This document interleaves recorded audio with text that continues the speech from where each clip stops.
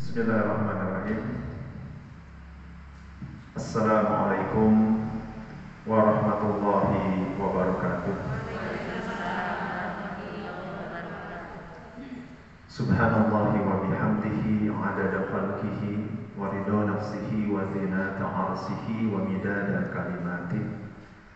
Subhanallah walhamdulillah wa la ilaha illallah wallahu akbar wa la hawla wa la quwwata illa billah. Asyhadu an la ilaha illallah wahdahu la syarika lah wa asyhadu anna Muhammadan abduhu wa rasuluhu la nabiyya ba'dah. Allahumma salli wa sallim wa barik ala sayyidina wa maulana Muhammadin sallallahu alaihi wasallam wa ala alihi wa ashabihi al-karim, amma ba'd. Ikhwati fillah, saudara-saudariku yang dirahmati oleh Allah Subhanahu wa taala. Kumaha daramang ibu sadayana? Kita memang kompakan, kita sadayana bulau. Bulau. Masya Allah. Ya. Mudah-mudahan kompaknya kita pada hari ini juga insya Allah dikompakkan kelak di yaumil kiamah, berkumpul di surganya Allah Subhanahu wa taala. Amin ya Allah ya rabbal alamin. Alhamdulillah, mari kita bersama-sama memanjatkan puji syukur kehadirat Allah Subhanahu wa taala, karena di tengah-tengah kesibukan kita, di tengah-tengah kondisi yang saat ini sampai hari ini belum ada tanda-tanda kapan wabah pandemi ini akan berakhir, tapi kita masih diberikan kesehatan, diberikan kekuatan, diberikan kesempatan untuk melaksanakan bagian daripada rangkaian ibadah kepada Allah Subhanahu wa taala, hadir di tempat yang berkah dan mulia ini, Masjid Baitur Rahmah, dan insya Allah kita akan melaksanakan talabul ilmi, menghadiri majelis ilmu, daurah ilmu, dan mudah-mudahan apa yang kita lakukan ini mendapatkan ridho Allah Subhanahu wa ta'ala. Masih sahur ibu? Masih? Insya Allah ya. Mudah-mudahan kita disehatkan selalu ya ibu-ibu semua. Sebelum kita masuk ke materi yang sesungguhnya, karena hari ini kita insya Allah akan membahas tentang pemimpin yang dirindukan oleh surga, saya akan mengulas sedikit masalah saum ya, supaya saum kita ini benar-benar berkualitas. Saya titip ibu, jangan menjadikan puasa itu sebagai tujuan. Jadi kadang-kadang ada orang yang tertipu oleh puasa, menjadikan puasa itu tujuan. Maksudnya bagaimana Kang Edwin? Cukup dengan menggugurkan kewajiban, menahan makan, minum, begitu ya, dari waktu fajar sampai datangnya maghrib, tidak berhubungan suami istri di siang hari, begitu. Lalu nanti datang Syawal, selesai langsung. Akhirnya yang muncul apa? Banyak orang-orang yang masuk ke dalam kategori tomat. Tahu tomat? Tomat terus kumat. Karena apa yang dilakukan selama bulan suci Ramadan itu sama sekali tidak berbekas. Selesai Ramadan, selesai semuanya. Kembali lagi ke tabiat asal, kembali lagi kepada karakter yang semula, jauh dari Allah, banyak berbuat maksiat, dan tidak menjadikan Allah sebagai tujuan. Jadi puasa ini bukan tujuan, puasa ini hanyalah jalan, puasa ini hanyalah alat, puasa ini hanyalah metode latihan yang Allah berikan kepada hamba-hambanya. Sedangkan tujuan yang paling utama itu apa? Ada yang bisa jawab? Hadiahnya umroh berbentuk brosur? Lumayan ya? Iya, tujuannya itu menjadi la'allakum tattaqun, menjadi orang-orang yang bertakwa ya. Nah, mudah-mudahan kita semua di sini tidak termasuk ke dalam golongan orang-orang yang tertipu. Ada orang-orang yang tertipu gitu Kang Edwin? Ada. Buktinya apa coba? Baginda Nabi kan memperingatkan, dalam salah satu hadisnya, banyak orang yang berpuasa tapi mereka tidak mendapatkan apa-apa kecuali hanya rasa lapar dan haus. Bayangkan tuh, banyak orang yang puasa tapi tidak dapat apa-apa itu. Mau begitu mau? Nauzubillah. Tapi insya Allah, kalau saya melihat tadi begitu saya masuk ke dalam masjid ini sudah terlihat.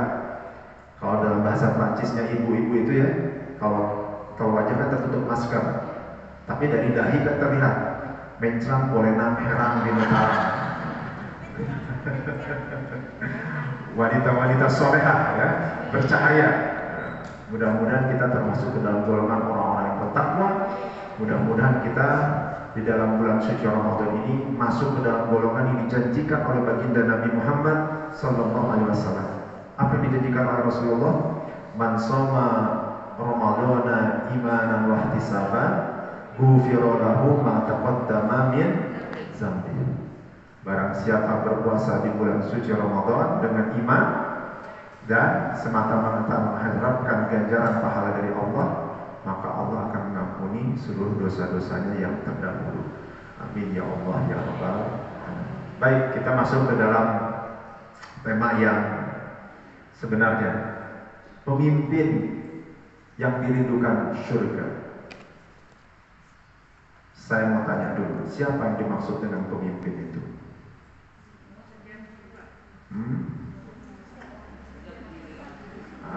Itu udah ya. Jadi pemimpin itu ada dua kategori, pemimpin secara umum, pemimpin secara khusus. Kalau secara umum, kita semua nih, ini otomatis kita memiliki tugas dan fungsi sebagai seorang pemimpin juga, Pak. Apa dalilnya? Karena ini ada hadis yang diriwayatkan oleh Imam Bukhari. Apa? Kullukum ra'in wa kullukum mas'ul. Setiap di antara kalian adalah pemimpin dan setiap kalian akan dimintai pertanggungjawaban. Ke bawahnya panjang lagi tuh. Setiap imam adalah pemimpin dan akan dimintai pertanggungjawabannya. Setiap laki-laki adalah pemimpin atas keluarganya dan akan dimintai pertanggungjawabannya. Setiap perempuan adalah pemimpin atas rumah suaminya dan akan dimintai pertanggungjawabannya. Setiap budak adalah pemimpin atas harta tuannya dan akan dimintai pertanggungjawabannya. Setiap kalian sungguh adalah pemimpin dan setiap pemimpin akan dimintai pertanggungjawabannya. Jadi kita semua ini adalah pemimpin secara umum. Dan semua orang pasti akan dimintai pertanggungjawaban. Minimal dia memimpin dirinya sendiri. Bisa nggak membawa dirinya menuju arah yang lebih baik? Kan ada orang, jangankan mimpin orang lain, Bu, mimpin diri sendiri saja tidak bisa. Gimana dia mau diserahi tanggung jawab? Bagaimana dia mau diserahi amanah yang lebih besar? Sedangkan memimpin dirinya sendiri saja tidak mampu. Ya. Setiap orang akan dimintai pertanggungjawaban.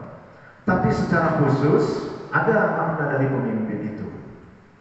Nah, mungkin ini yang kita akan bahas ya lebih lanjut. Apa definisi pemimpin secara khusus?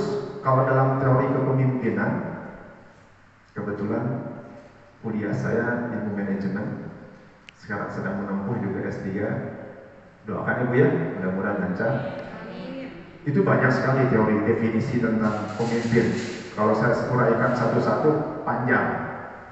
Tapi secara sederhana saja, bahwa pemimpin itu adalah orang yang memimpin atau memiliki kemampuan untuk mempengaruhi orang lain mencapai tujuan. Jadi syarat pemimpin itu ada yang dipimpin dan ada tujuan. Boleh nggak seorang ngaku pemimpin tapi nggak ada yang dipimpin? Misalnya saya ngaku presiden, tapi tidak ada yang dipimpinnya, ya tidak bisa. Seorang pemimpin harus ada yang dipimpin dan ada tujuannya. Nah, kalau dalam syariat Islam, dalam perspektif Islam, pemimpin itu adalah menyangkut kewilayahan, menyangkut kewilayahan. Makanya otomatis kalau kita berbicara tentang kepemimpinan di dalam Islam, itu pasti mutlak akan ada aturan-aturan dan ketentuannya. Jangankan ngomongin pemimpin yang mengatur kewilayahan yang menyangkut urusan orang banyak ya Bu ya. Kita makan di dalam Islam, masuk kamar mandi aja diatur. Betul nggak? Tidur aja diatur, makan saja diatur, harus pakai tangan kanan. Minum saja diatur, bangun tidur juga diatur, menggunakan pakaian juga diatur. Urusan yang untuk diri pribadi saja diatur. Apalagi untuk urusan yang menyangkut orang banyak. Dan sedemikian pentingnya faktor kepemimpinan itu sampai ada hadis diriwayatkan oleh Imam Abu Dawud dari sahabat Abu Hurairah radhiyallahu anhu. Di sana disampaikan jika ada 3 orang bepergian, maka hendaknya mengangkat salah seorang di antaranya menjadi pemimpin. Bayangin tuh, pergi aja, ibu mau tamasya sama teman-teman pengajian bertiga, atau jangan tamasya lah, mau ke kantor wali kota, mau menyerahkan proposal bantuan, berangkat 3 orang, diarahkan supaya 1 orang memimpin rombongan itu. Sampai segitunya perhatian Islam terhadap pemimpin. Dan dalam ilmu-ilmu kepemimpinan, manajemen, leadership, ya memang peran pemimpin itu luar biasa. Sampai-sampai ada salah seorang pakar yang namanya Bapak Arman Arif, saya punya bukunya, mengkategorikan pemimpin itu ada 3. 1, good leader atau good leadership. Bedanya leader sama leadership apa?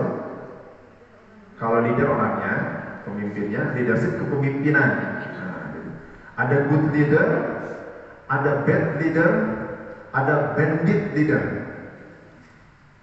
Jadi ada pemimpin yang baik, pemimpin yang buruk, ada pemimpin bandit. Mana yang kita pilih? Oh, tentu saja pemimpin yang baik. Yang kita pilih adalah pemimpin yang baik. Tapi ada pemimpin yang buruk. Biasanya pemimpin yang buruk itu disebabkan faktor cara manage, mengelolanya yang buruk. Itu bedanya. Kalau good leader, faktor pemimpinnya memang baik, cara mengelolanya baik, tujuannya juga baik. Tapi kalau bad leader, biasanya karena cara pengelolaannya buruk. Orangnya mungkin bisa saja baik, bisa buruk, bisa saja ya. Maksudnya buruk itu dari sisi personal. Tapi tujuannya mungkin baik, hanya cara pengelolaannya yang tidak baik. Nah, kalau yang bandit, leader apa coba? Orangnya bisa baik, bisa buruk, pengelolaannya bisa baik, bisa buruk, tapi tujuannya pasti buruk. Paham gak maksudnya? Jadi biasanya nih kalau dikategorikan seperti apa kan ini, ada gitu yang gitu, ada tujuannya dia buruk. Dan pasti orangnya juga kalau tujuannya buruk ya pasti personalitinya juga buruk. Tapi pengelolaannya, cara dia memanage bisa saja baik. Berhasil dia mencapai tujuan, tapi tujuannya bukan tujuan yang selaras dengan keinginan Allah Subhanahu wa ta'ala. Nah, jadi ada good leader, ada bad leaders, ada bandit leaders. Ini kalau dalam teori manajemen kita mempelajari itu semua. Mudah-mudahan kita semua termasuk kepada good leader, ya. Pemimpin yang baik. Kan tadi kita semua kan adalah pemimpin minimal kepada dirinya sendiri, kepada keluarganya. Lalu kemudian sekarang yang menjadi pertanyaan, pemimpin seperti apa sih Kang Edwin yang dirindukan oleh surga itu? Pasti kan ke situ kan tujuannya. Pemimpin yang dirindukan oleh surga itu yang seperti apa? Ini ada beberapa kriteria memang. Yang pertama, pemimpin yang beriman, dan ini mutlak, Pak, wajib. Tidak mungkin seseorang mau jadi pemimpin atau bukan masuk surga kalau dirinya tidak beriman kepada Allah. Setuju Ibu? Setuju ya? Kenapa? Karena surga itu memang hanya diperuntukkan bagi orang-orang yang beriman, dan neraka diperuntukkan bagi orang-orang yang tidak beriman. Kalau yang di tengah-tengah bagaimana Kang Edwin? Setengah beriman, setengah tidak. Ada ayat begitu. Karena di akhirat itu cuma ada dua pilihan, surga atau neraka. Masuk golongan kanan atau masuk golongan kiri. Nah, yang masuk surga bisa dipastikan hanya orang-orang yang beriman. Apa dalilnya Kang Edwin? Nanti buka misalnya surat An-Nisa ayat 122. A'udzubillahi minasyaitonirrajim. Walladzina amanu wa 'amilus solihati sanudkhiluhum jannatin tajri min tahtihal anharu khalidina fiha abada. Orang yang beriman dan orang yang banyak mengerjakan amal soleh, kelak kami, kata Allah, akan memasukkannya ke dalam surga yang mengalir sungai-sungai di bawahnya, dan mereka kekal selama-lamanya di dalamnya. Jadi surga hanya diperuntukkan bagi orang-orang yang beriman. Nah, ini sekaligus juga menjadi salah satu catatan khusus. Awas, bukan hanya pemimpinnya ya saja yang harus beriman. Kita semua nih kalau memilih pemimpin juga harus memilih pemimpin yang beriman.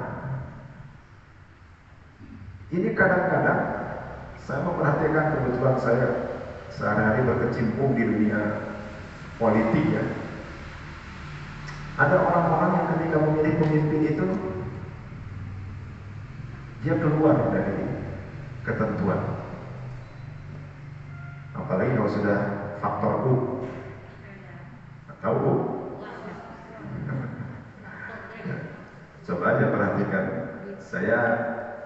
Tapi ini kita harus membahasnya secara komprehensif, secara luas. Nanti jangan sampai dipelintir salah lagi nanti.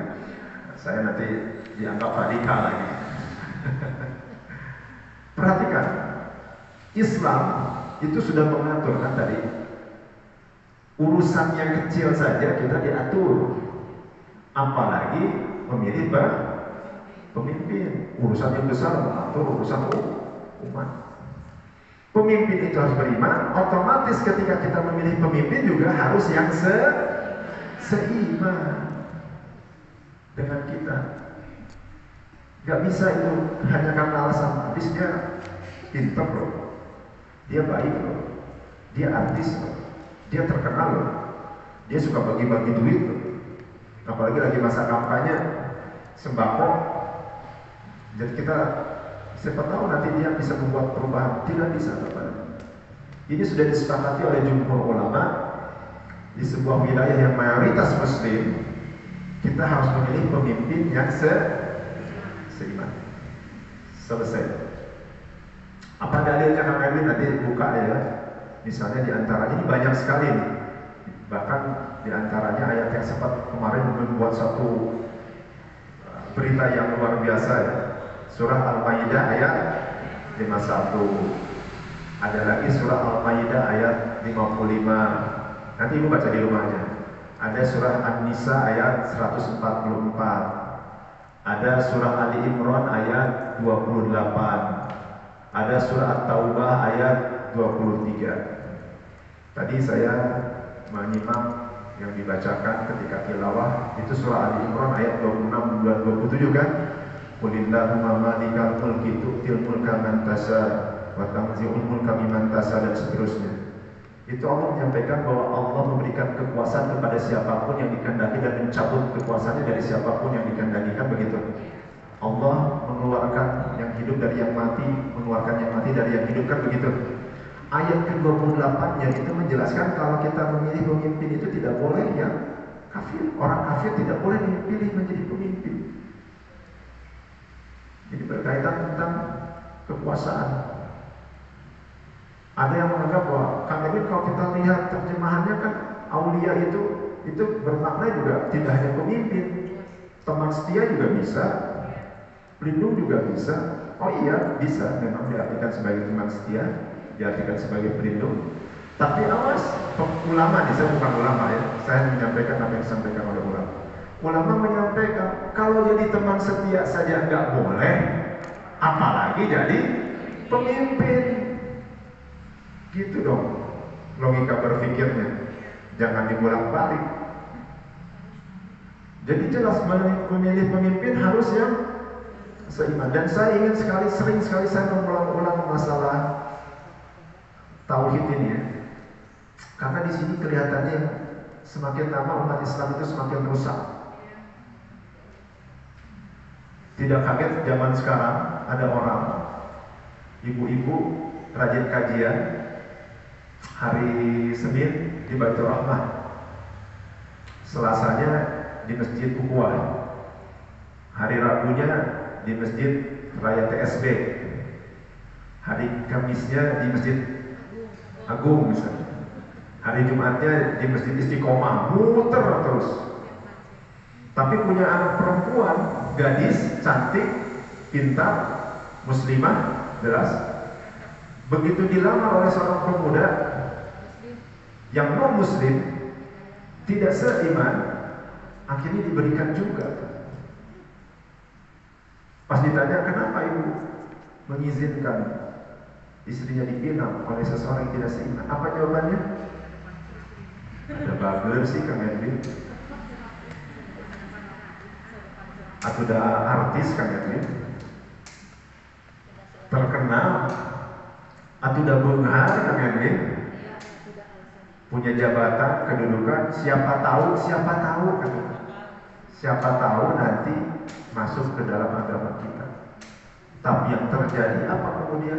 Tidak sedikit malah sebaliknya, anak kita yang justru murtad, keluar dari keimanannya dan masuk ke dalam keyakinan yang lain.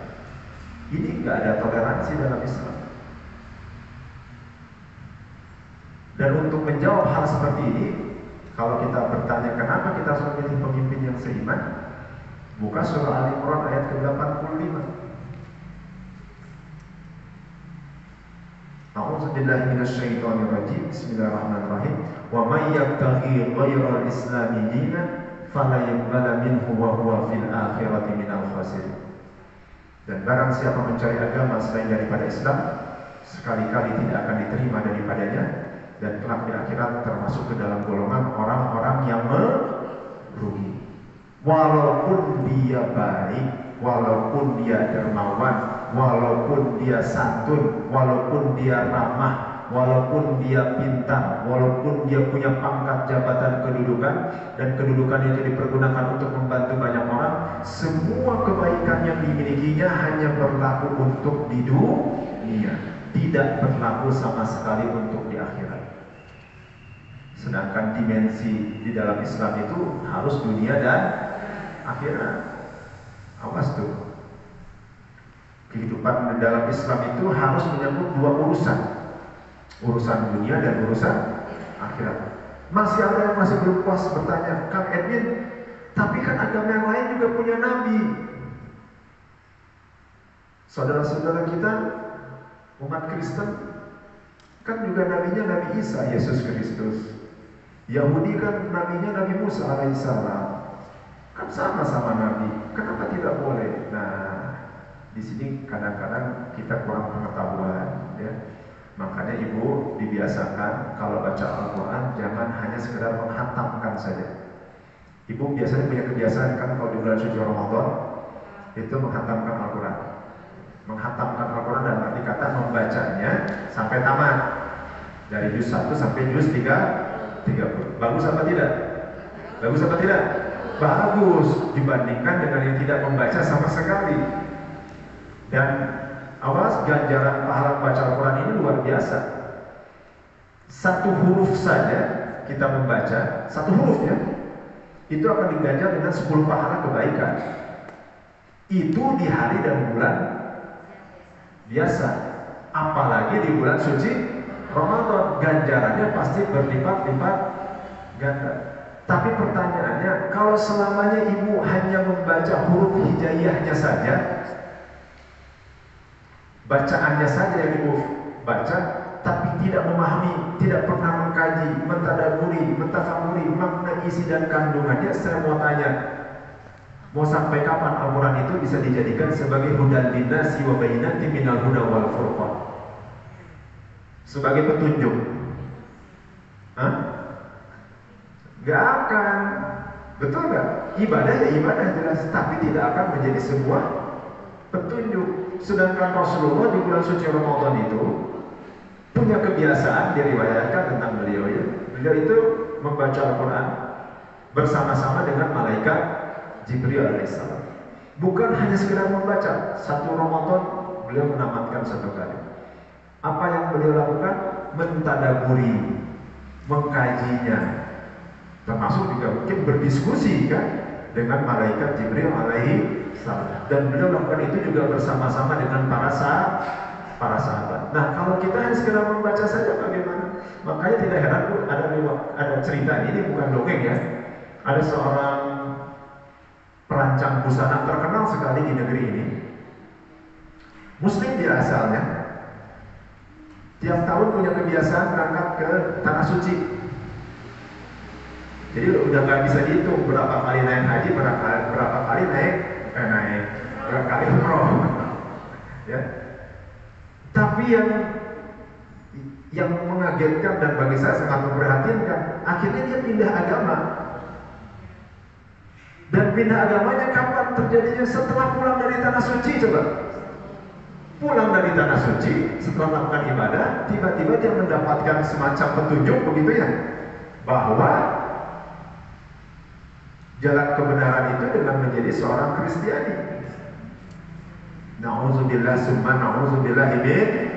Dan kenapa bisa terjadi ya? Karena dia tidak memiliki pemahaman. Dia tidak pernah membaca sih, tidak pernah memahami makna isi kandungan tadi surah Al-Imran ayat 85. Atau sebelumnya ayat surah Al-Imran ayat 84. Nanti ibu silakan baca. Di situ disampaikan semua nabi dan rasul itu adalah seorang muslim. Artinya semua nabi dan rasul itu beragama Islam. Ini sekaligus menjawab tadi pertanyaan tadi itu. Bagaimana kalau ada agama lain kan punya nabinya juga. Nabinya juga beragama Islam.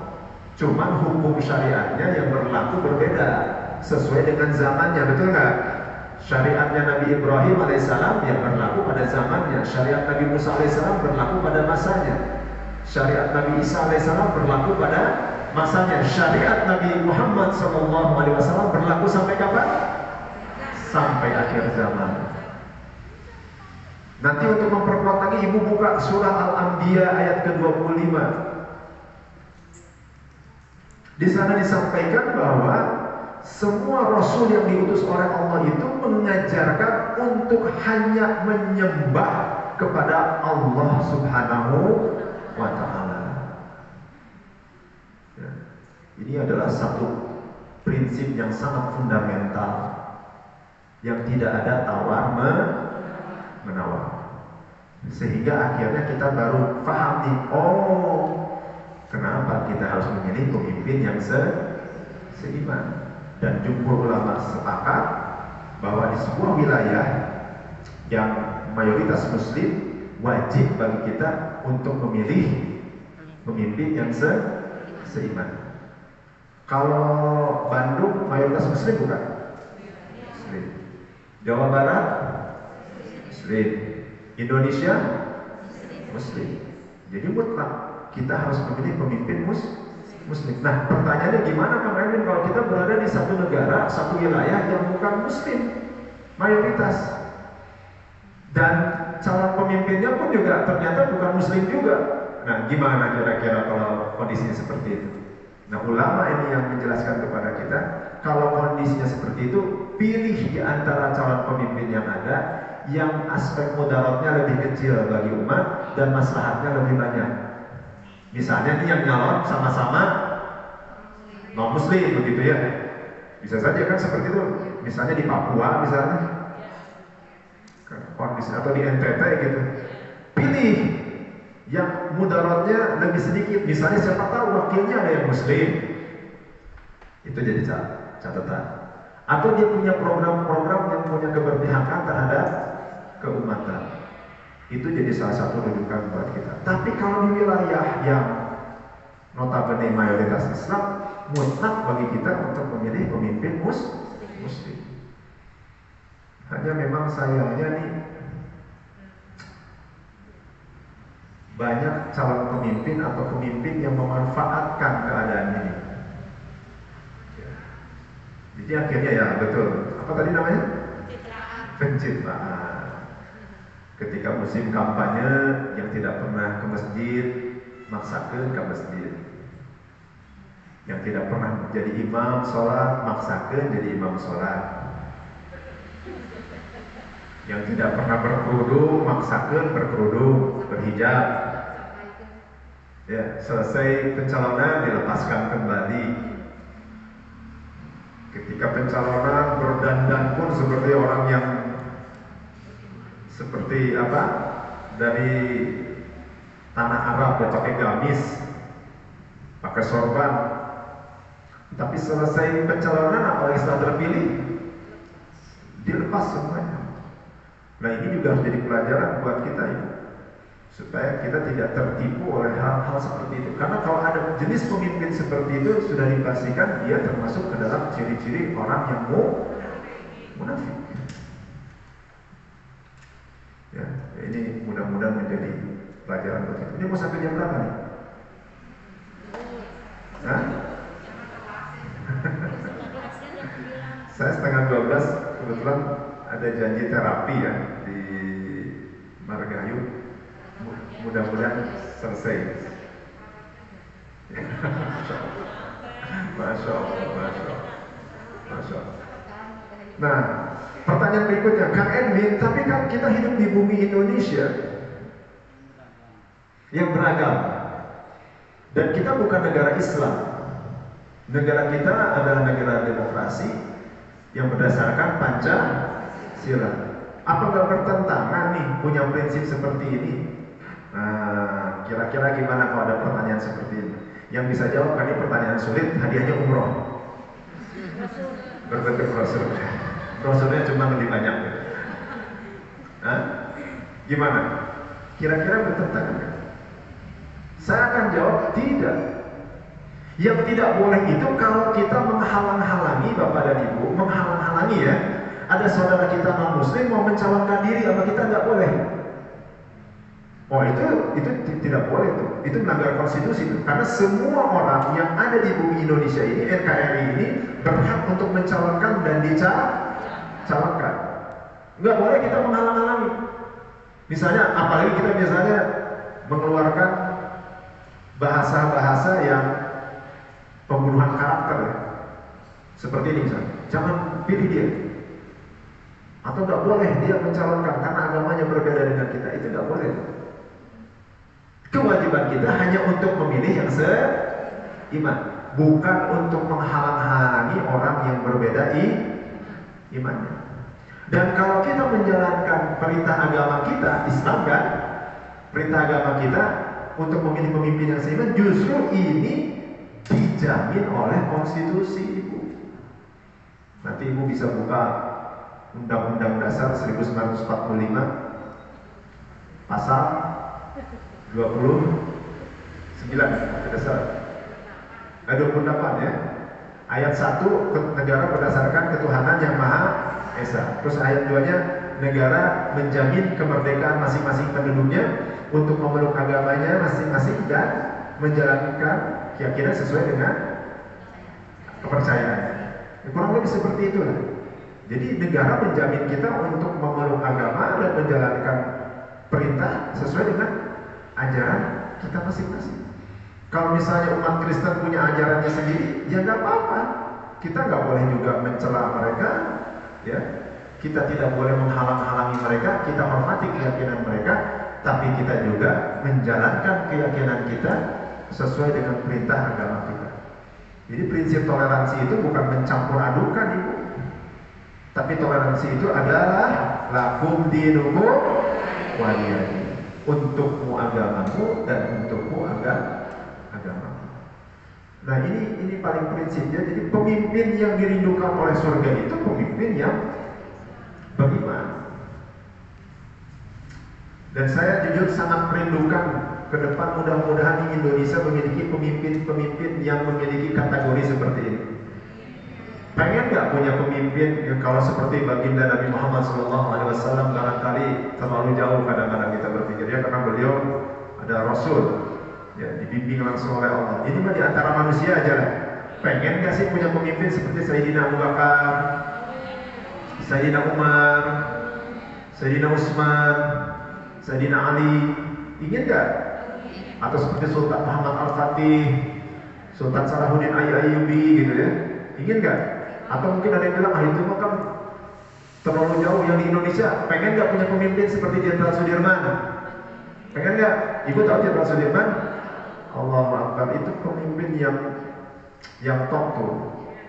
Dia Panglima Angkatan Bersenjata Indonesia, tapi juga seseorang yang sangat soleh, tawadu, tidak pernah lepas dari wudu, ya. Dan beliau terkenal sangat taat beragama. Kan kita menginginkan pemimpin-pemimpin itu yang seperti itu ya, bukan pemimpin-pemimpin model pencitraan, tapi mudah-mudahan ke depan suatu saat, insya Allah ini akan terwujud di negara kita. Jangan salah memilih, jangan salah juga membaca. Kan kita punya hak untuk memilih, toh. Pergunakanlah itu dengan sebaik-baiknya. Tapi saya yakin suatu saat mudah-mudahan kita punya pemimpin yang benar-benar beriman, seorang hafiz Quran, ya, menghafal Quran. Kan kita pengen punya pemimpin itu, dan wakilnya misalnya yang azan wakilnya, wakil presidennya, ya. Terus jadi imamnya presidennya, seperti zaman para al-khulafaur rasyidin seperti di masa lalu. Kan indah sekali. Mudah-mudahan terwujud ya Ibu ya. Nah sekarang kita kembali kepada yang tadinya. Ini pemimpin yang beriman ini otomatis adalah pemimpin yang dirindukan oleh Allah Subhanahu wa Ta'ala. Jadi walaupun ada seorang pemimpin yang berprestasi dalam urusan dunia, kalau dia tidak beriman, mohon maaf, tidak akan masuk dalam kategori yang dirindukan oleh surga. Emang ada kan pemimpin yang prestasinya luar biasa, tapi dia tidak akan dirindukan oleh surga? Banyak, bukan ada. Contohnya nih, contoh ya, satu hal. Ibu pernah dengar cerita tentang Genghis Khan tidak? Genghis Khan, pemimpin bangsa Mongol. Itu kalau baca bukunya tebal saya punya. Itu memang menarik. Bayangin ya, dia anak kepala suku yang berada di sebuah pedalaman Mongol, padang rumput kan kalau di Mongol itu.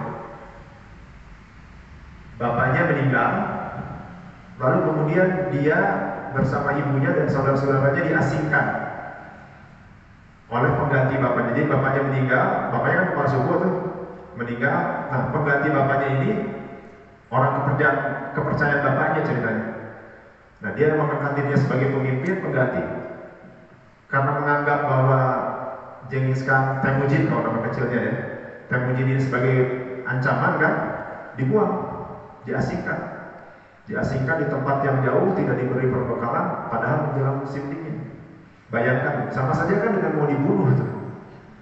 Tapi bagaimana Temujin yang masih kanak-kanak itu bisa bertahan hidup?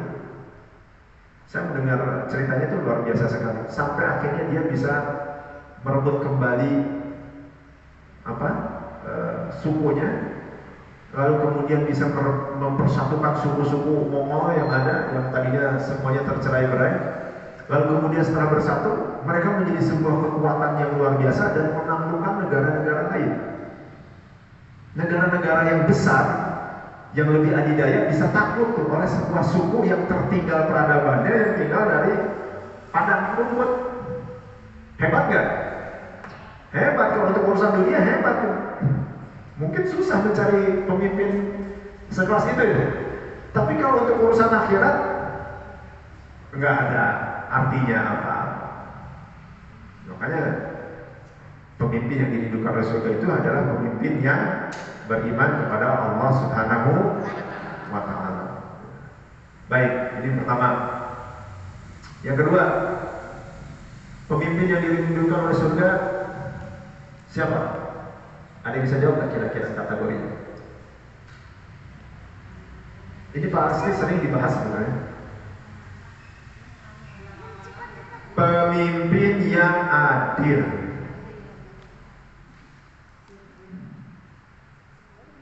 Ada hadis diriwayatkan oleh Imam Tirmizi dan juga Imam Ahmad.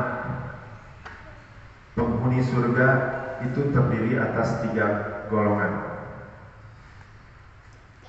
1, pemimpin yang adil dan disukai. 2,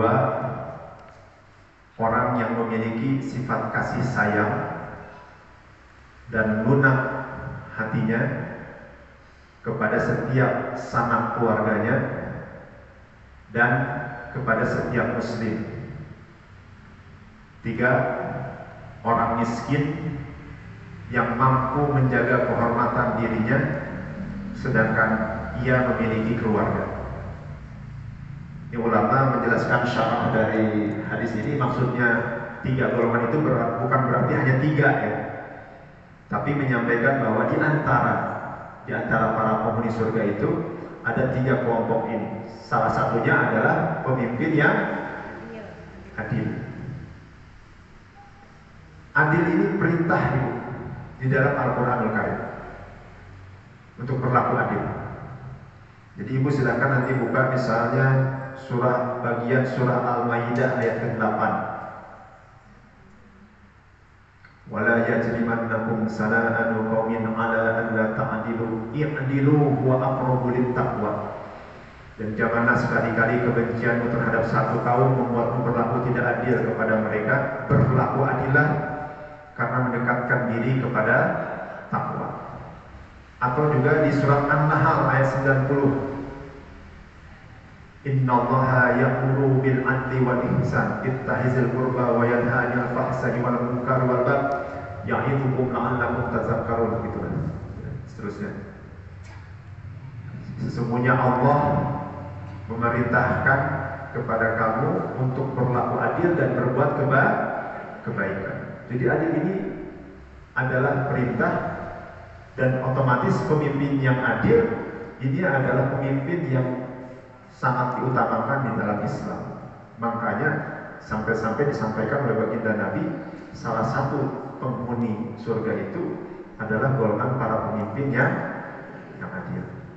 Kenapa KPN ini sangat penting?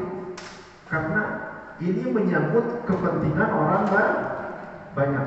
Ibu, kalau ibu hanya sekedar soleh, kesolehan itu mungkin hanya bermanfaat bagi sendiri atau setidaknya keluarga. Kan begitu ya? Tapi kalau pemimpin yang adil, manfaatnya buat siapa? Semua orang. Ini pentingnya pemimpin yang adil. Dan ciri-ciri pemimpin yang adil itu bagaimana katanya? Pasti dia akan amanah.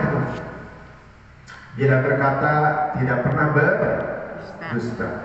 Bila berjanji tidak pernah mengingkar. Bila dipercaya tidak akan berkhianat. Itu ciri-ciri pemimpin yang adil.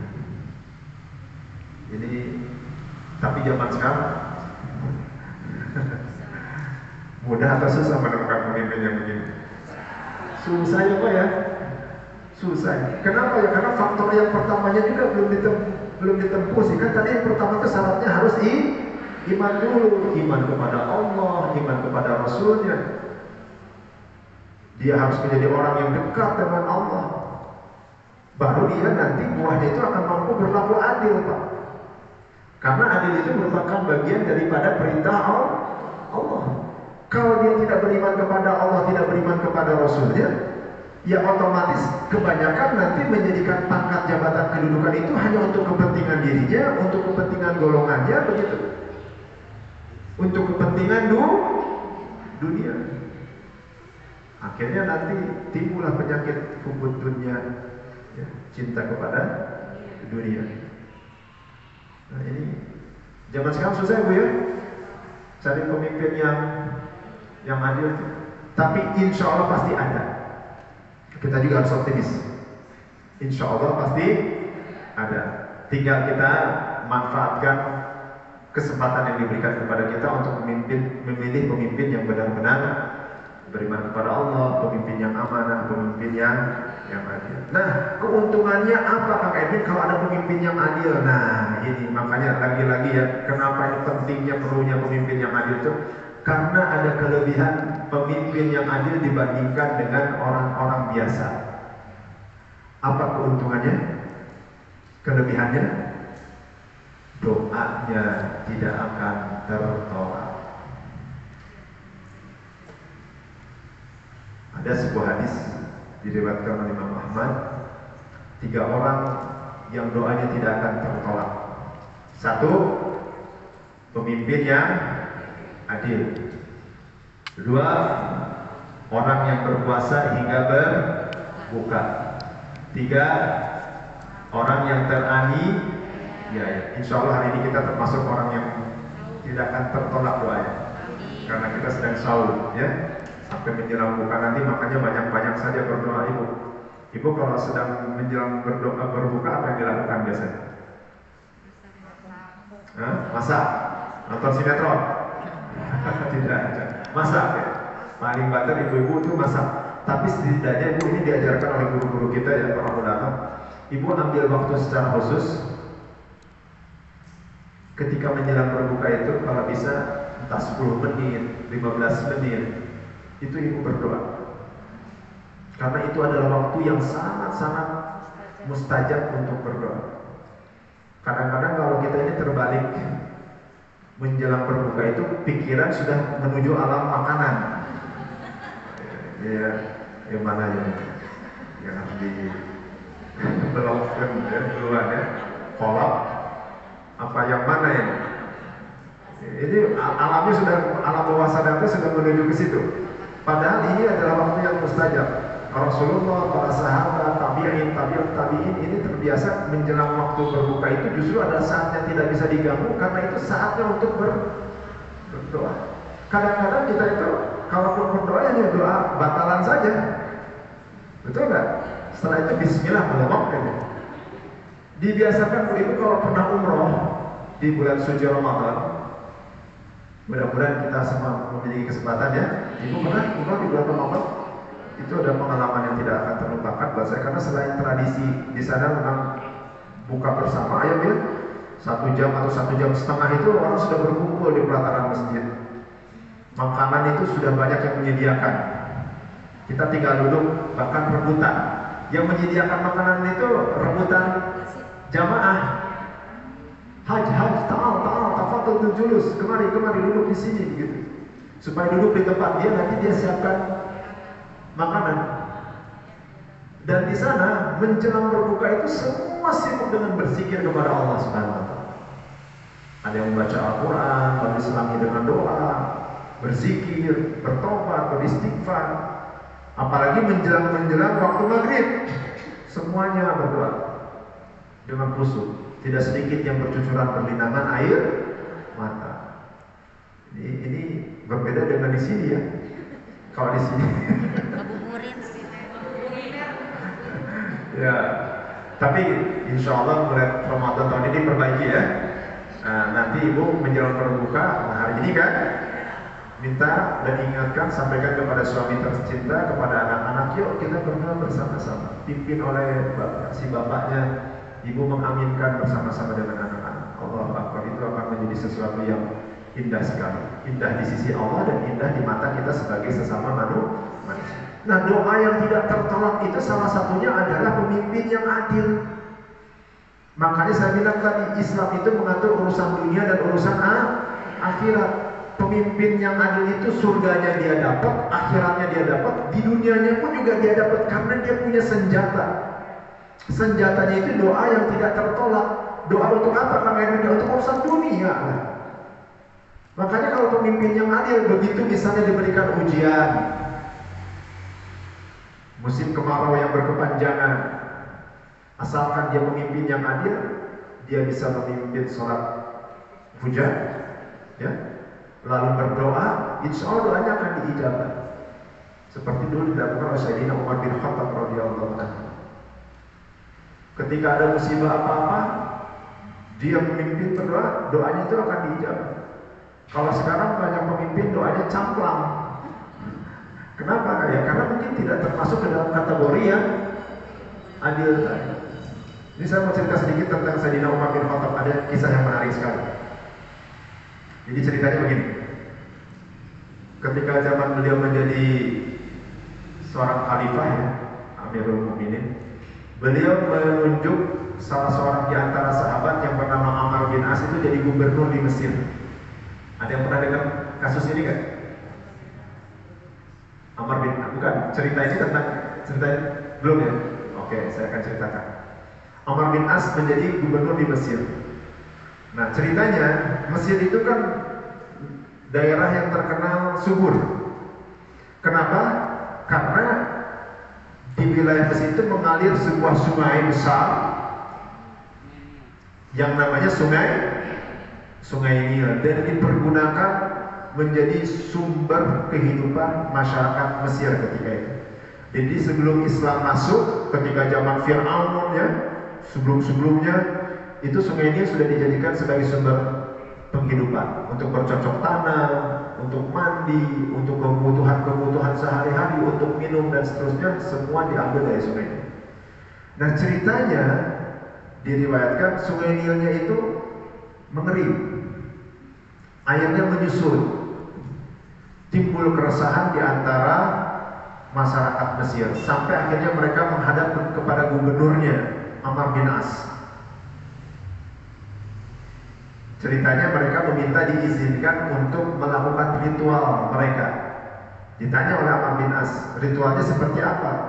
Mereka menjawab, kami terbiasa mencari dan memilih gadis yang tercantik di tengah-tengah masyarakat kami. Lalu kami berikan kepadanya pakaian yang indah dan perhiasan yang mewah. Lalu kemudian kami lemparkan dan tenggelamkan dia di tengah-tengah Sungai Nil. Jadi sebagai ritual kurban. Mendengar penuturan itu sahabat Amr bin As kaget. Lalu menjawab, Islam tidak mengenal tradisi seperti itu, dan Islam akan menghapuskan tradisi-tradisi semacam itu. Sudah, kembalilah kalian. Akhirnya kembali orang-orang Mesir itu. Lalu kemudian apa terjadi? Ujiannya belum selesai. Ternyata kondisi semakin parah. Sungai Nilnya semakin lama semakin menyusut, sehingga timbul keresahan.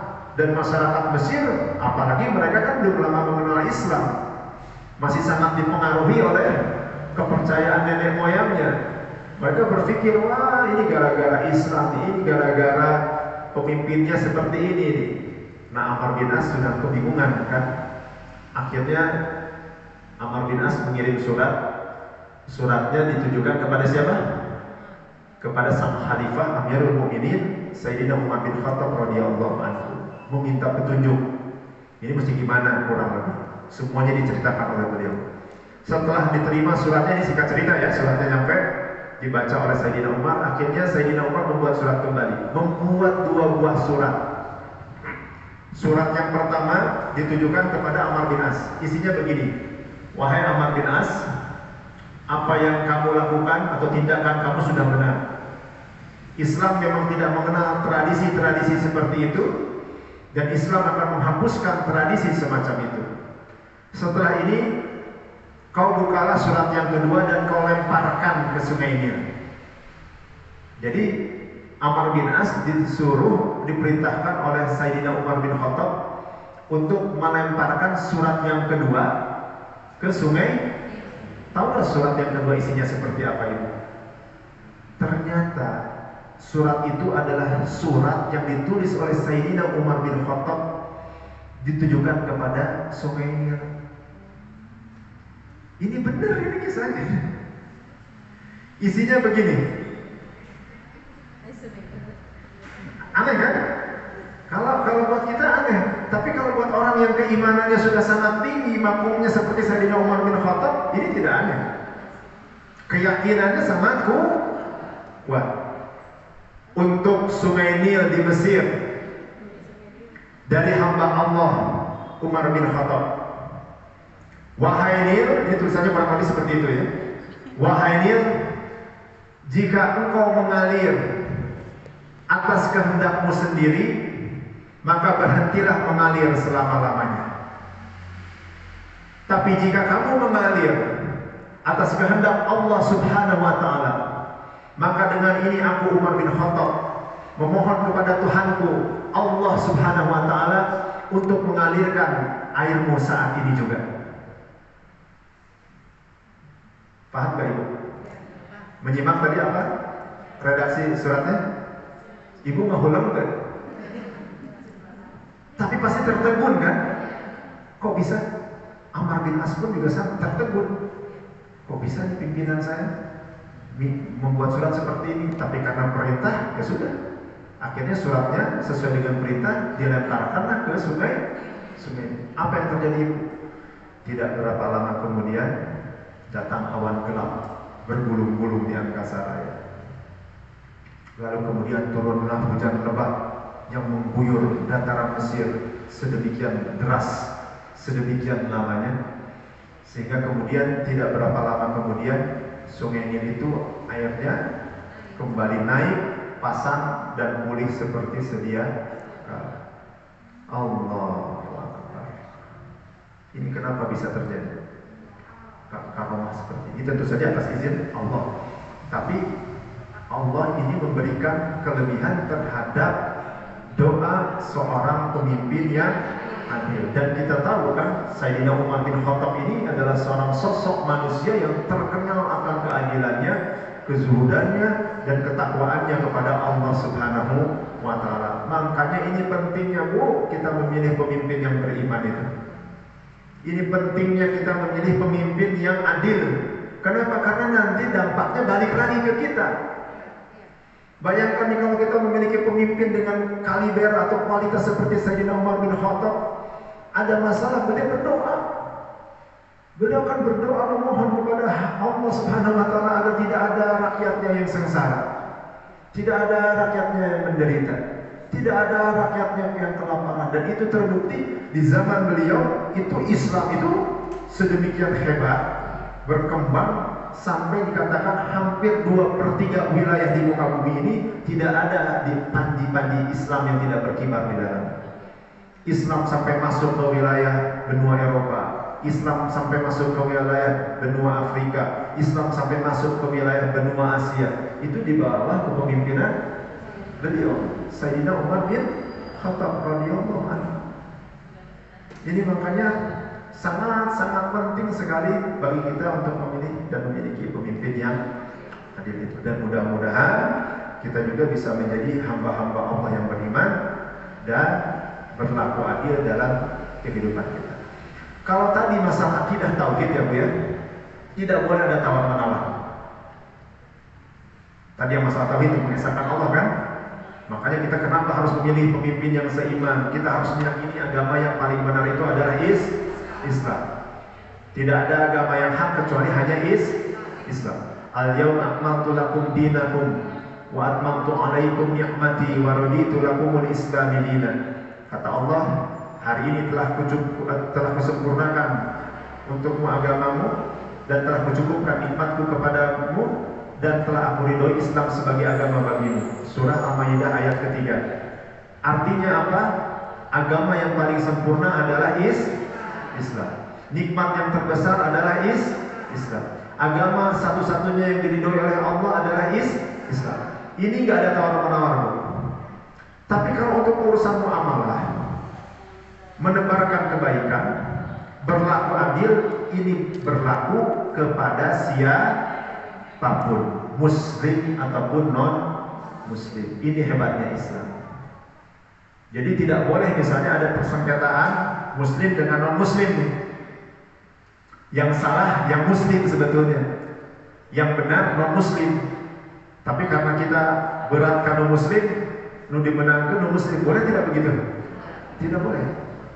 Ini hebatnya Islam. Kalau masalah keadilan harus ditempatkan pada tempatnya. Ini Islam. Kalau masalah akidah, tauhid tidak ada tawar-menawar. Tapi kalau untuk urusan muamalah, urusan sosial, kemanusiaan, urusan berlaku adil, kita harus berlaku adil kepada siapapun, muslim ataupun bukan non muslim. Nah, ini adalah salah satu pemimpin yang dirindukan oleh surga, dan kita semakin paham sekarang ya. Oh, ternyata memang seperti ini ya penjelasannya kenapa pemimpin yang adil itu bisa dirindukan oleh surga. Nah, kira-kira kita juga pengen dirindukan oleh surga enggak? Pengen? Pengen sekali apa pengen benar? Oke, ibu bisa menjadi orang-orang yang dirindukan oleh surga? Bisa, walaupun ibu tidak menjadi seorang pemimpin. Caranya bagaimana kalian ibu? Nah, caranya begini. Ini sebelum saya tutup ya. Surga merindukan 4 golongan. Ini hadis yang diriwayatkan oleh Imam Tirmizi. Boleh dicatat. Surga merindukan 4 golongan. 1, tidak ada 1 sebetulnya kalau di hadisnya ya, cuma ini biar memudahkan. Surga merindukan 4 golongan, yaitu orang yang suka membaca Al-Quran,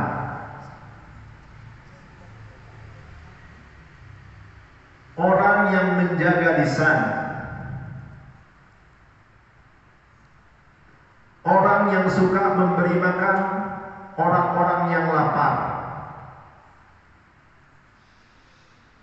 dan orang yang berpuasa di bulan Ramadan.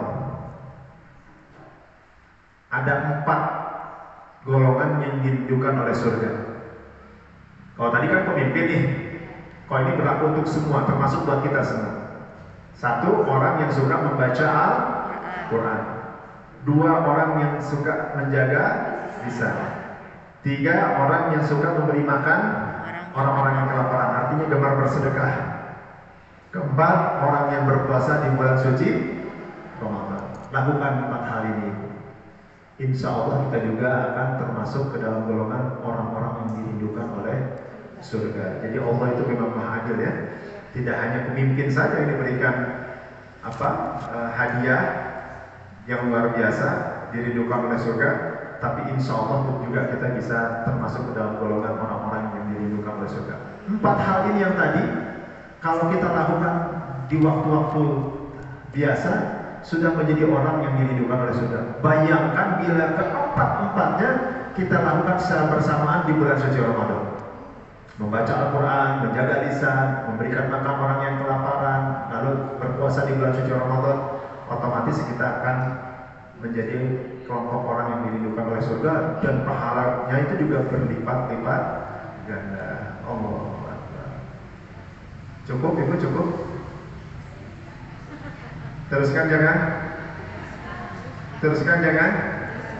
Capek tidak mendengarnya? Saya yang capek ya. Mencoba keras-kerasan dari tadi, tidak terasa sudah lebih dari 1 jam saya berbicara.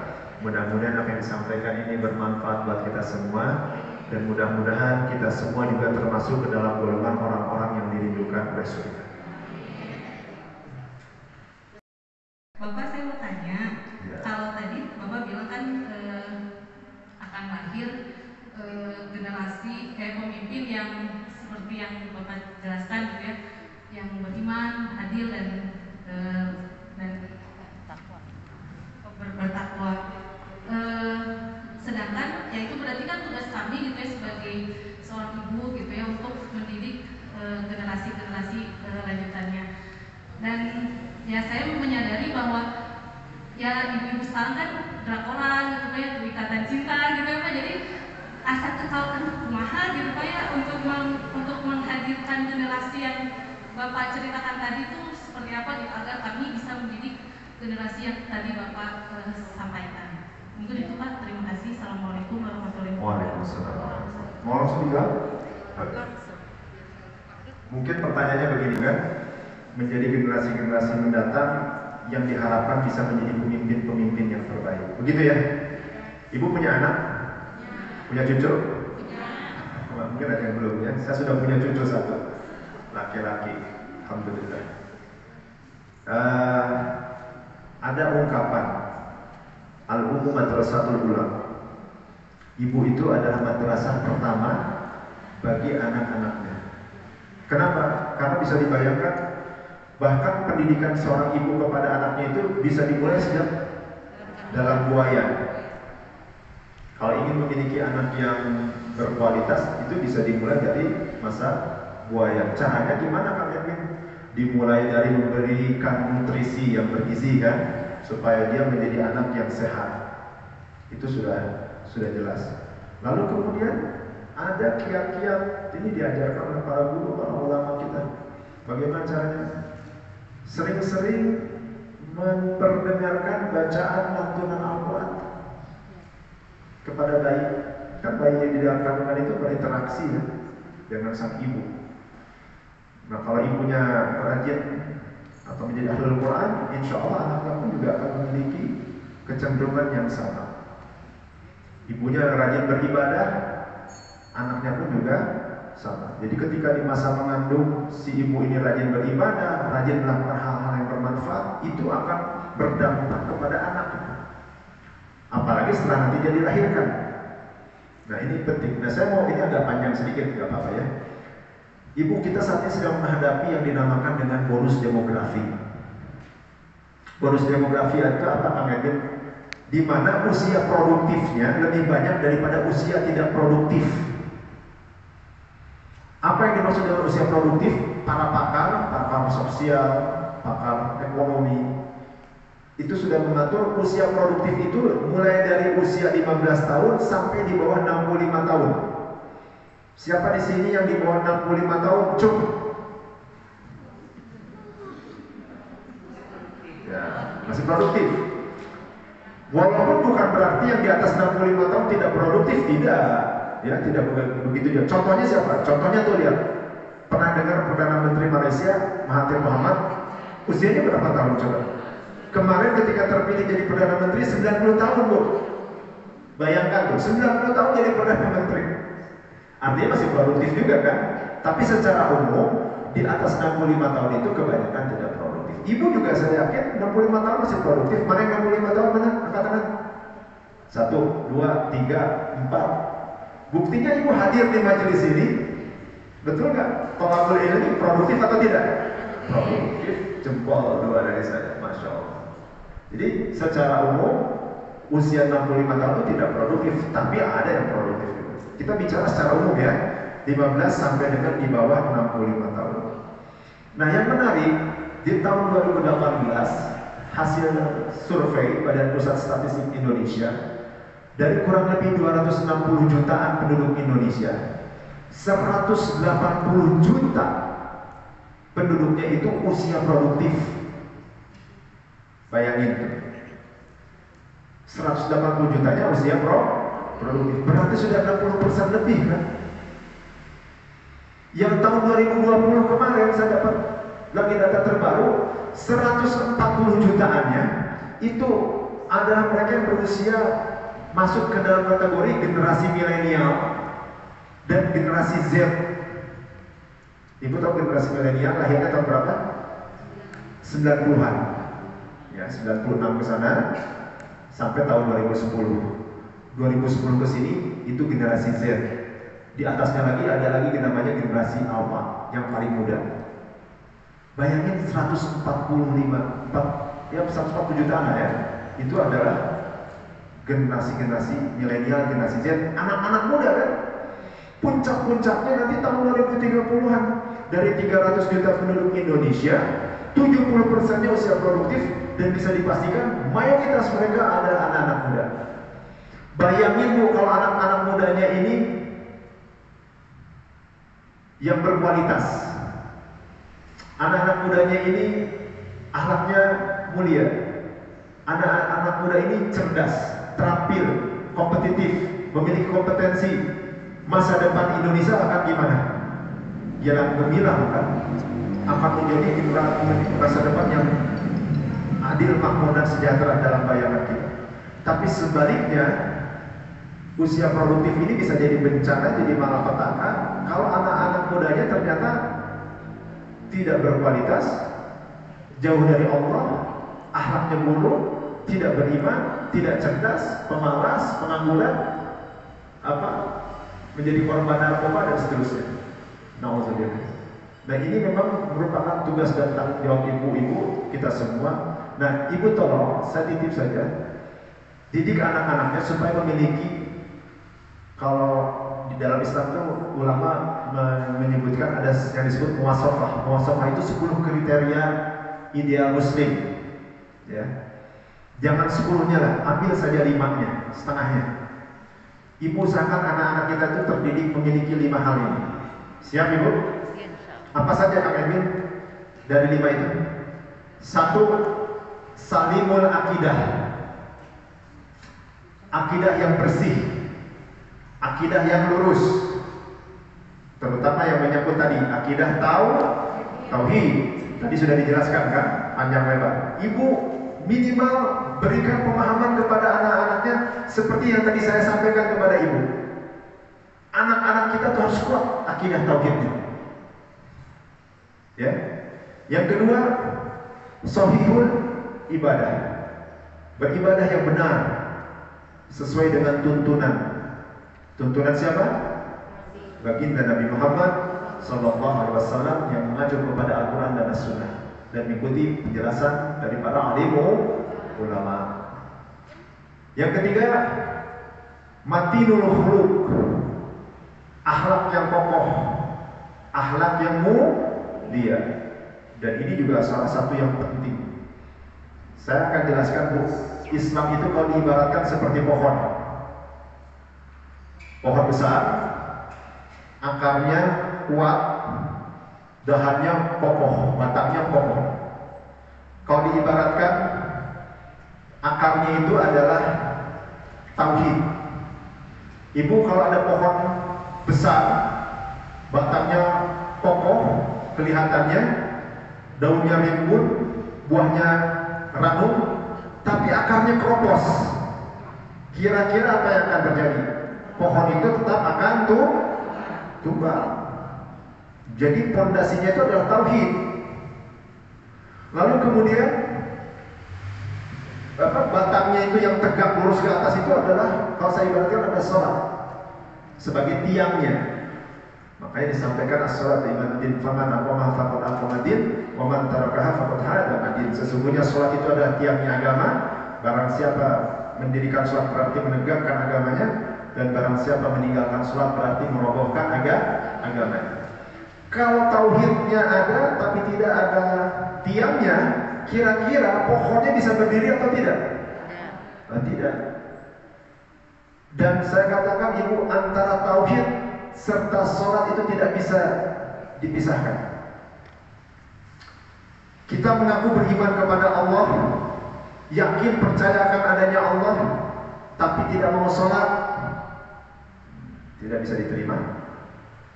Tapi ada orang sholatnya dijaga, rajin sholatnya, masih rajin juga ke dukun, percaya akan kekuatan-kekuatan yang ada di dalam jimat, isim dan seterusnya, juga tidak bisa diterima.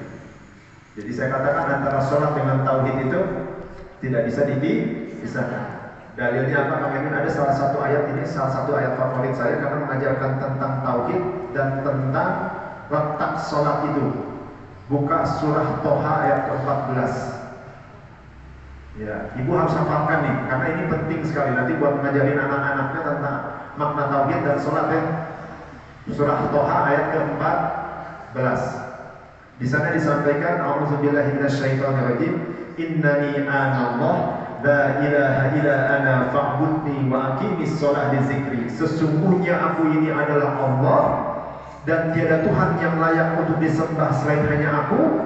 Oleh karena itu sembahlah aku dan dirikanlah sholat untuk berzikir mengingatku.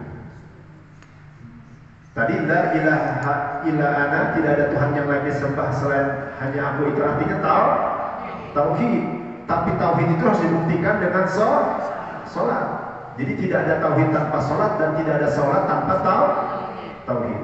Nah, akarnya tadi adalah tauhidnya, batangnya adalah sholatnya, lalu dahan-dahannya ini adalah amal sholat yang kita kerjakan. Ada membaca Al-Quran, ada menuntut ilmu, ada infak sedekah, ada berkeluarga, ada berzikir, itu dahan-dahannya tuh. Sehingga menimbulkan daun yang rimbun. Lalu kemudian buahnya adalah buah yang ranum, yang lezat, yang manis. Nah, inilah yang disebutkan dengan akhlak. Akmalul mukminin imanan ahsanuhum khuluqan. Begitu kan kata baginda Nabi, seorang mukmin yang sempurna keimanannya adalah yang paling baik akhlaknya. Jadi kalau mau mengibaratkan Islam itu sebagai sebuah pohon, harus sempurna seperti tadi. Akarnya, batangnya, dahannya, dan buahnya. Tadi sudah 3 ya. Yang keempat, qawiyul jismi. Apa itu? Jasmani yang sehat. Nanti ibu biasakan didik anak-anaknya, apalagi anak-anak yang laki-laki ya, Bu, supaya mereka memiliki kekuatan jasmani yang sehat dan kuat. Kenapa? Karena itu pula yang diajarkan oleh baginda Nabi kepada para sahabat. Makanya para sahabat, apalagi anak-anak mudanya itu diajarkan memanah, berkuda, berenang, berlatih pedang, tombak. Mereka dibentuk menjadi pejuang-pejuang yang tangguh. Itu supaya mereka menjadi apa? Menjadi pejuang-pejuang bagi agamanya. Nah, ibu nanti dididik. Jangan sampai ada ibu menyesal setengah mati, anak laki-lakinya melambai, ya, tangannya keriting. Jangan salahkan orang lain, salahkan dirinya dulu. Kenapa? Habis dari kecil tidak dididik kok. Anaknya berdekatan dengan boneka, dibiarkan. Diserahkan kepada pembantunya yang tidak memiliki ilmu lagi. Akhirnya si anak laki-laki ini dibesarkan dengan cara sang pembantu. Paham ya, Bu ya? Ya, seperti itulah akhirnya. Baru setelah besar, setelah dewasa menyesal yang tidak berkesudahan. Mau begitu mau? Ya, keempat qawiyul jismi. Dan coba ibu bayangkan ya, kalau zaman dulu tidak ada para mujahid yang sehat, yang kuat, yang tangguh, mungkin gak Islam sampai ke Indonesia? Gak mungkin, Bu. Dakwah itu perlu kekuatan, Pak. Bayangkan para pendakwah itu datang dari tanah Arab, datang sampai ke Indonesia, ribuan mil kan, ribuan kilo. Bagaimana mereka bisa menempuh perjalanan yang sangat jauh itu kalau mereka tidak kuat? Nah, makanya bentuk sekarang anak-anak kita jadikan anak-anak muda yang sehat, yang kuat, ajarkan olahraga, ajarkan bela diri, supaya mereka nanti bisa menjadi pembela-pembela agama. Siap ibu-ibu sekalian? Takbir. Allah. Yang terakhir, musaqqaful fikri, memiliki kecerdasan intelektual. Ini penting juga. Penuhi anak-anak kita dengan ilmu pengetahuan. Jadikan mereka menjadi anak-anak yang haus akan ilmu pengetahuan. Ibadah saja kalau tidak diterangi oleh ilmu kan bisa sesat, betul? Iya. Ini berlaku juga untuk kehidupan dunia. Kalau ingin memiliki calon-calon pemimpin yang berkualitas, ya biasakan anak-anak kita supaya mereka gemar atau haus mencari ilmu pengetahuan. Dan sekarang ini menurut saya tantangannya berat sekali. Anak-anak sekarang lebih senang main game. Anak-anak sekarang lebih senang tampil main TikTok. Bisa. Daripada menghabiskan waktunya untuk menuntut ilmu. Dan kata baginda Nabi, man arada dunya fa'alaihi bil ilmi, wa man arada al-akhirah fa'alaihi bil ilmi, wa man aradahuma fa'alaihi bil ilmi. Barang siapa menghendaki kehidupan dunia, maka hendaknya meraihnya dengan ilmu. Barang siapa menghendaki kehidupan akhirat, maka hendaknya meraihnya dengan ilmu. Dan barang siapa menghendaki keduanya, kehidupan dunia dan akhirat, maka hendaknya meraihnya dengan ilmu. Mudah-mudahan ini bisa menjawab apa yang ditanyakan oleh Bu Cucu ya. Satu lagi saya kira, karena waktunya sudah setengah 12.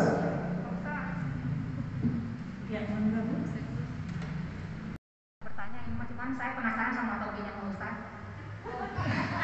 Terus kan sekarang tagar lagi rame, jadi pendapat Pak Ustaz gimana tuh tagar Unggur? Uyghur. Iya. Baik. Makasih. Ya.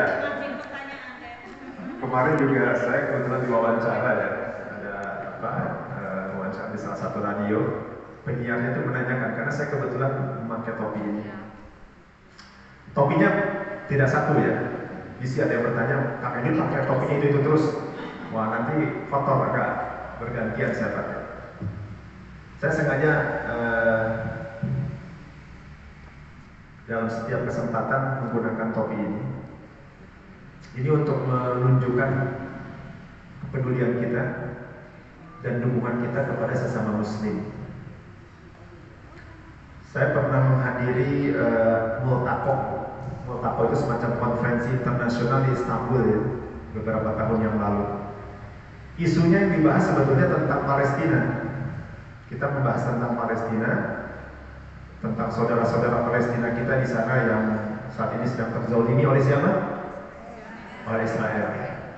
Tapi kebetulan di sana kita bertemu juga dengan beberapa tokoh dan orang-orang yang berjuang juga untuk kepentingan saudara-saudara Muslim Uighur ini.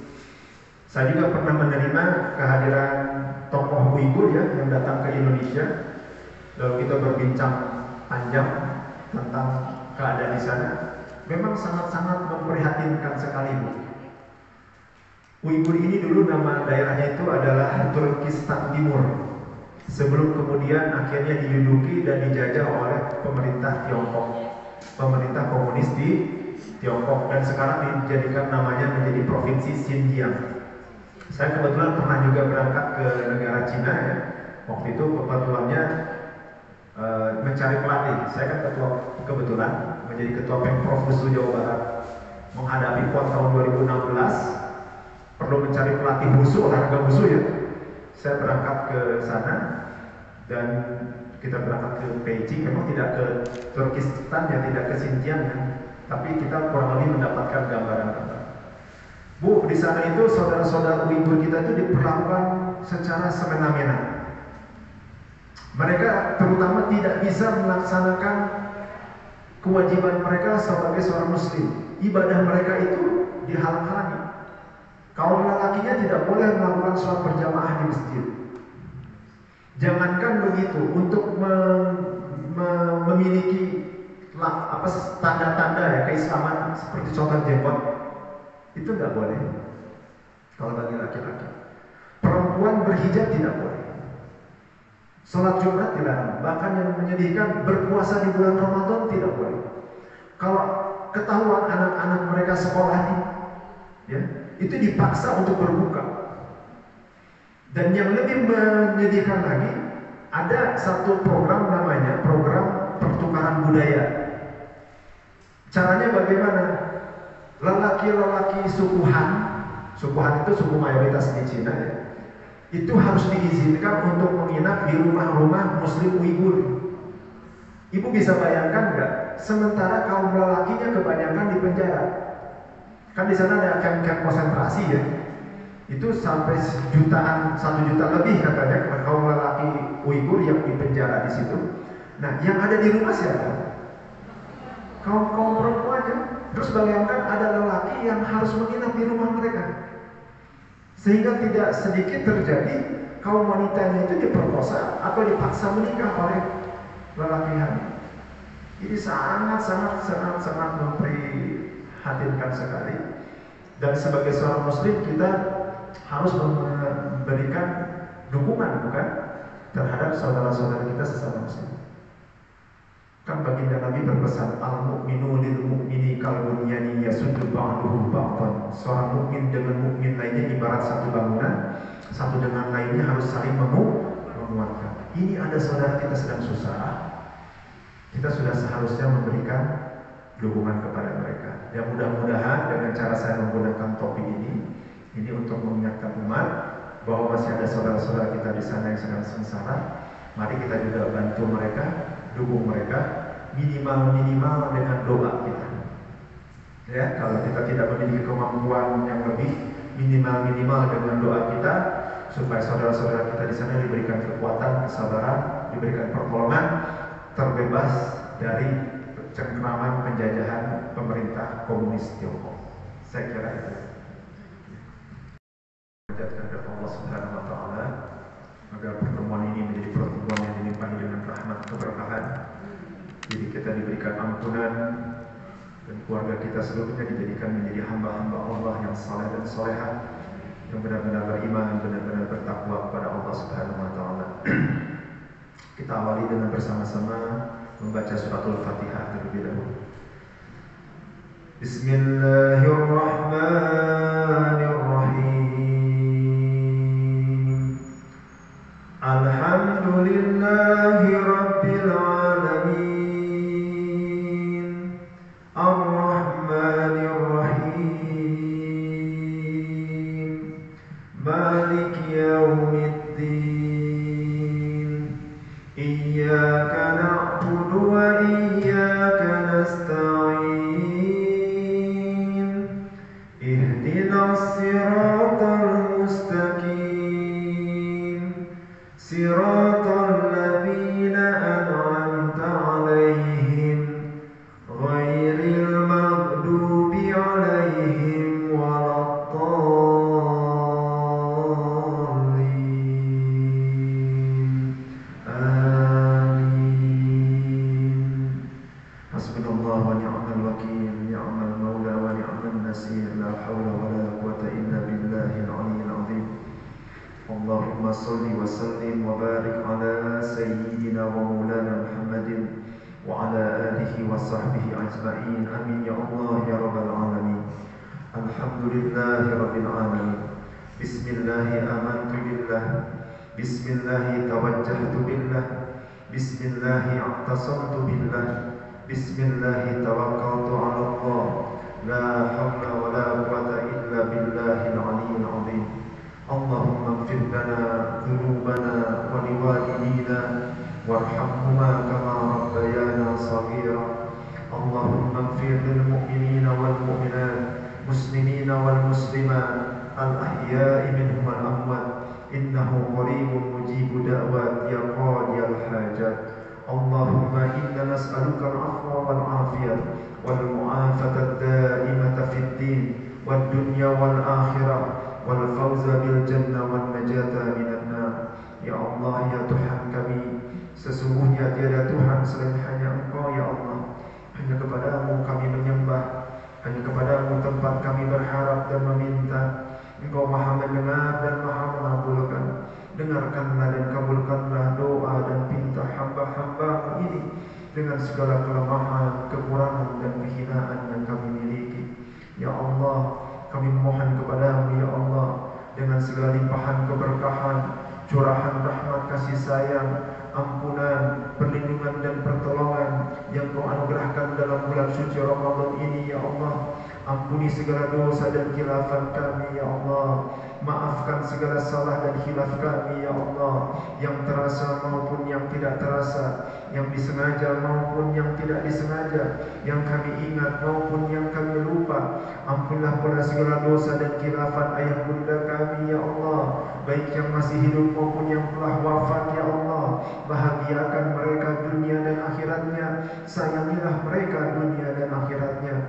Ampunlah pula segala dosa dan khilafat keluarga kami ya Allah, guru-guru kami ya Allah, saudara-saudara kami ya Allah, dan dosa seluruh kaum muslimin muslimat, mukminin mukminat, baik yang masih hidup maupun yang telah wafat. Ya Allah, anugerahkanlah kepada diri kami ya Allah, kepada kedua orang tua kami ya Allah, kepada keluarga kami ya Allah, kepada saudara-saudara kami ya Allah, akhir hidup yang husnul khatimah, yang dipenuhi dengan kebaikan, mendatangkan banyak kebaikan, meninggalkan pula banyak kebaikan. Anugerahkan kepada kami seluruhnya ya Allah, kebaikan selama kami hidup di dunia dan kebaikan kelak di akhirat, dan selamatkanlah kami dari siksa api neraka.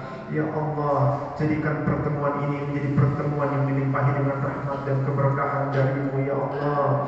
Jadikan diri kami dan keluarga kami benar-benar mampu menjadi hamba-hamba-Mu yang saleh dan salehah ya Allah, yang benar-benar beriman, benar-benar bertakwa kepada-Mu ya Allah.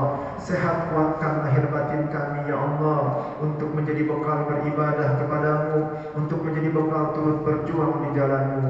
Ya Allah, kami mohonkan pula kepada-Mu ya Allah, jangan Kau jadikan bulan Ramadan ini menjadi Ramadan terakhir bagi diri kami ya Allah. Jangan Kau jadikan Ramadan tahun ini menjadi Ramadan yang terakhir bagi diri kami, ya Allah. Pertemukan kami kembali dengan Ramadan tahun depan, ya Allah. Dan terimalah seluruh amal yang ibadah kami selama bulan suci Ramadan ini, ya Allah. Rabbana hab lana min azwajina wa zurriyyatina qurrata a'yun waj'alna lil muttaqina imama.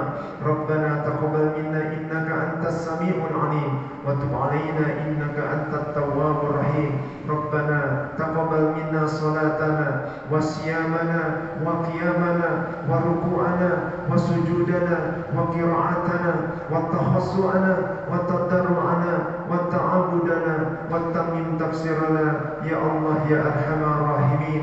ربنا آتنا في الدنيا حسنة وفي الآخرة حسنة وقنا عذاب النار والحمد لله رب العالمين.